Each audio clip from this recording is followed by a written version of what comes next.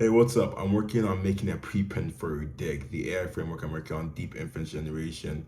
But before I can even get to the preprint of DIG, I'm working on running some experiments to see is DIG an actual does it actually show merit? Like it's actually useful as an AI framework for actually like, understanding and reasoning with documents compared to, let's say, retrieval augmented generation. And the way DIG works, if I can explain it properly in one sentence, is that it basically uses there's two core components, right? There's the first, it uses or three core components, however you want to phrase it. But basically, the best way to break it down is think of a mother agent. This mother agent controls everything. So now I have a set of documents. Maybe it's like a legal contract that's very deep and very intertwined within. I have a legal contract, so I send out a child agent to go get fine tuned on this legal contract or use low rank adaptation for that. Now, since it has a better understanding of the connections within the document. Now, after I do that, that that specialized agent, that specialized child, can now tell me information about the document. But instead of just giving me whatever answers I ask it for, it goes through a hypothesis verification loop. And the hypothesis verification loop is that the specialized child agent, whatever, will basically say, to your question, here's my hypothesis that X is true, blah, blah, blah. And then the verifier agent now goes to verify it breaks that hypothesis into verifiable claims to say, okay, is this verifiable? Is this verifiable? And if those are verifiable and it's correct, then it sends it out to be the output. And that's basically how DIG works, deep inference generation. Like the core idea or the I think the cool thing is really that low rank adaptation because it's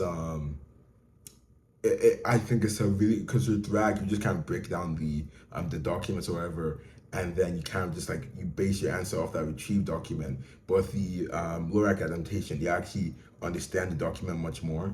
Um, so that's the core idea. I'm excited. So what I'm doing now is working on some experiments. I'm running an experiment to test that that low rank adaptation portion against RAG, zero shot prompting, and then a few shot prompting to see how well it does. The way I'm going to be evaluating that is I'm just going to be looking at myself.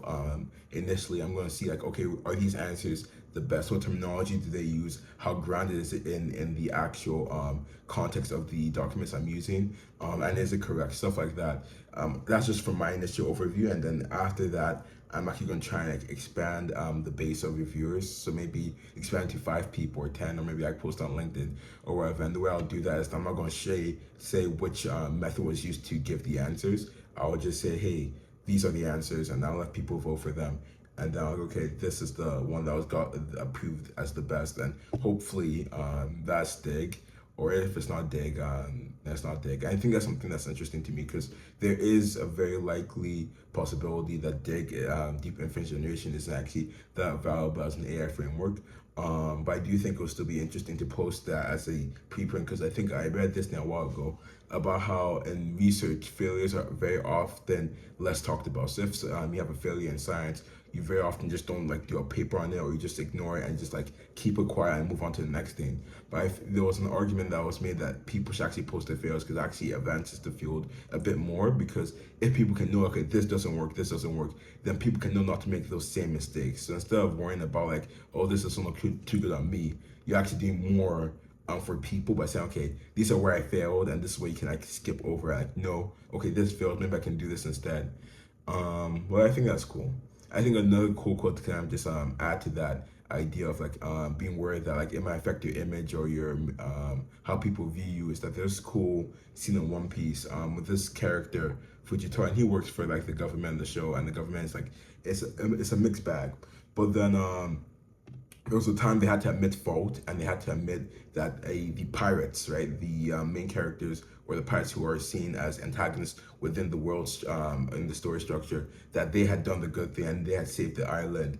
And then people were worried that if they admitted fault, then they would lose all credibility. And he said that something along the lines of, if we lose all credibility, if we admit fault, that means we never had credibility in the first place. And I think that's a really great line, really great thing I stand by because I think very often in life it's hard to like admit your fault. But if you're someone who people actually have I don't say faith, but people actually like, trust you and think, okay, this guy knows what he's talking about. Then if you make a mistake, no one's gonna say, okay, he made a mistake. that's the end of him. Like, I don't trust this guy. This guy sucks. This guy, okay, he made a mistake, but like that one mistake doesn't define you. It's what you do next, and your previous actions as well. But I think that's cool, and I think I'm excited to continue working on Dig. It's like it's a cool project because it's like, oh, I'm dipping my toes into like more AI research, and it's very solo in that regard. I know my AI research posters have also been solo, but like this is actually running experiments and trying to get data. Um, so for none of the experiments I'm doing actually requires like any advanced like hardware or computation costs and all of that. It's more so I'm just running on my RTX 4070 on my laptop, so it's not too crazy. It's also pretty small stuff. So using QLoRa, I figured probably should have mentioned that because QLoRa is basically just a more efficient LoRa. From the way I understand it, it just it takes the Dang, I actually don't understand it. My guess, or I was watching a video about it the other day, is that it takes like the I won't say like the vector numbers of the floats and kind of quantize. It basically makes it shorter. And it makes it less. It makes it smaller, I guess. But it loses no information in the end, so that's pretty cool.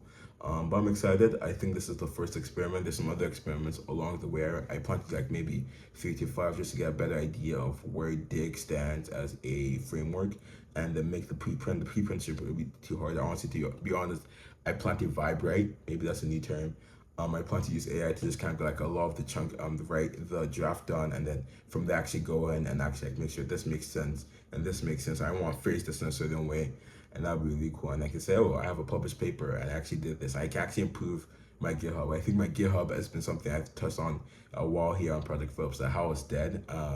But stuff like this actually does help on my GitHub. So even if this is a failure, I can say, hey, I explored this idea. But speaking of exploring ideas, this is where I'm going to end of the video. But something I'm scared to do is to continue to do research on stuff similar to Dig, because I know if I find anything like that's even like closely similar to Dig, I feel like I'm just gonna close the whole framework thing and project. I'm like, oh, someone already did it, even if it's not the exact same thing. And then I think I want more so than even like contributing to the field. And maybe this is selfish. I want to contribute to my knowledge. So I feel like this is a great motivation for me to learn more and to do more. I just don't want to ruin that innate motivation myself to be like, okay, if this is already done, what am I really doing? Even though there's still value, I just don't know if that's something I want. I think I even have to get over that fear and like actually look at it, because maybe I could find something similar and then improve that similar thing. Okay, this is the next step. Or maybe I could simulate and say, hey, this research paper is really cool. I did my own simulation of it. Maybe I apply it to this field or wherever. And like, okay, yeah, it does stand pretty strong, and that still holds value in itself.